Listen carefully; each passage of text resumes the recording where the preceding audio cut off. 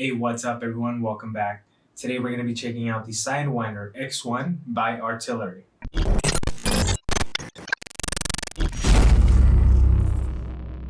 I've been with the printer for about 6 months using it consistently. And I was trying to do different things with different materials, different models. So I liked the product right away because it was offering something new. The way the cables are set up, the spool holder, the way that they try to design some of these parts was pretty unique to this model. I was used to all the cables just hanging around from all the other printers, brands not actually putting that type of care to something like the cables. And also the materials looked really good.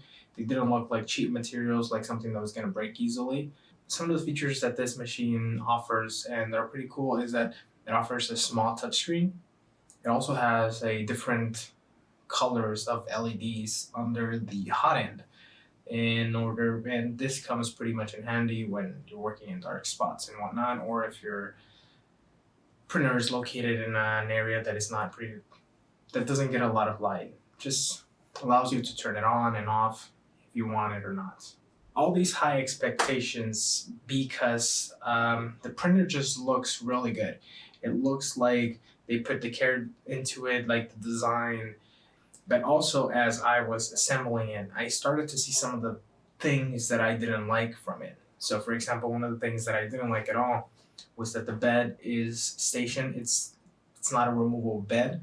So when your prints are done, you have to wait for it to cool off and hoping that the prints come out easily. In my line of work, I make a lot of bases for models and stuff. I felt like I was going to be able to print bigger things, but also removing those from this printer was actually going to be harder. Just because I know from past experience and other machines, I would take off the bed, put it inside of the freezer, wait a couple minutes, and then things would pop off. The first print was with PLA, and that was a great print. But when I started printing with materials like silk, the machine right away started giving me issues. There was warpings on the prints. It seemed like some under extrusions. I tried to print small things that had a lot of detail.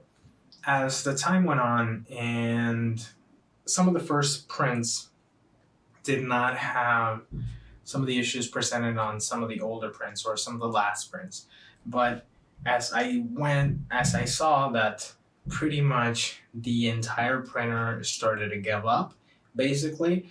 The extruder was starting to give issues practically, and like the first print, it probably got clogged, and a few prints after that, everything started to get really stringy, no matter what type of filament it was. So obviously, heating issues. Throughout the entire process, it was really comfortable to work with the machine, mainly because it's extremely quiet. This is by far the most quiet machine that I have used. The first layers were sticking pretty good to the bed, but overall, the filament would stick pretty good to it. So I have no complaints on the material of the bed itself.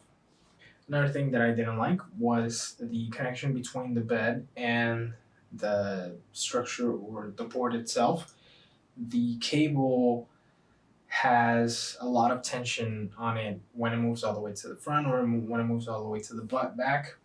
So another thing that was pretty cool to see was that it has dual motors on the Z-axis. But that was pretty pointless when moving to the top of the printer. As the print goes up, you start to see a lot of layer shifting, wobbling on the layers itself. So as the printer goes up, there's just too much movement. Of course, you can always upgrade this and add some supports, and there's always parts online that you can get for free, so you can do all these upgrades. So another thing that I didn't like about the machine was when I would move the machine from one side to another, I would want to carry it from the base, right, from the bottom of it.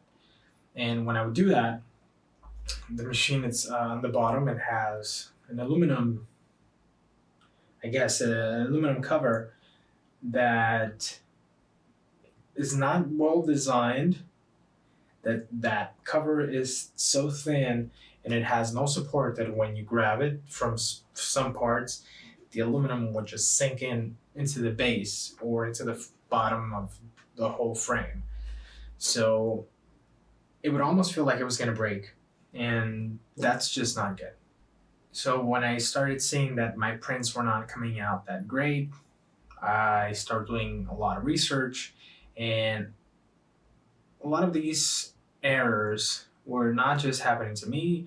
Other people were running into issues. Other people were seeing a lot of inconsistencies in their layers and layer shiftings. So it was obvious that the machine had a lot of work to be done to it in order to get better results. A lot of people were doing this, and one of the things that I have seen is that a lot of people just have fun tweaking all these things. If you like machines, then you just, you might just enjoy opening them up and seeing how they work and seeing what kind of parts it has, what kind of components, what software is it using, the whole structure of the machine.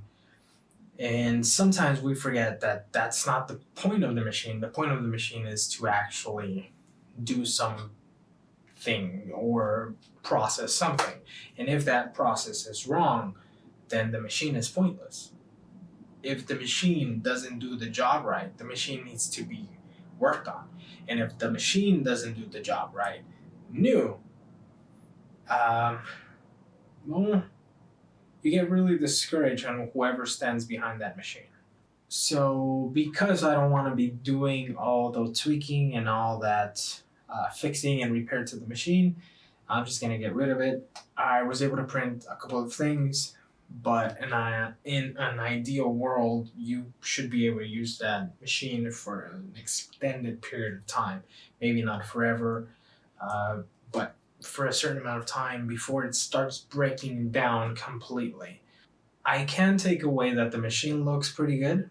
I can take away that they try to offer something new to the users, but within that process, you need to know that the user has certain expectations. I want to get the best outcome from the product right out of the box. I don't want to wait for me to fix it or for me to do this or do that in order to get the product to do what it's supposed to be doing. And especially because I want to focus on the designs and doing more designs. I don't want to spend that much time working on the machine, making sure that it prints properly. So for me, this machine gets the thumbs down. I think there's better options out there, but I do want to let people know that it seems like an interesting machine to work with. Again, there's certain things that it offered with potential. And if you see that potential and if you are part of that process, again, if you are one of those people that like to work on the machines, then you might enjoy this one a lot. Right, so that's it for this video. Again, I won't be keeping this machine. It's just not for me. It's not the outcome, and it's not the work that I want. I'll see you guys next time.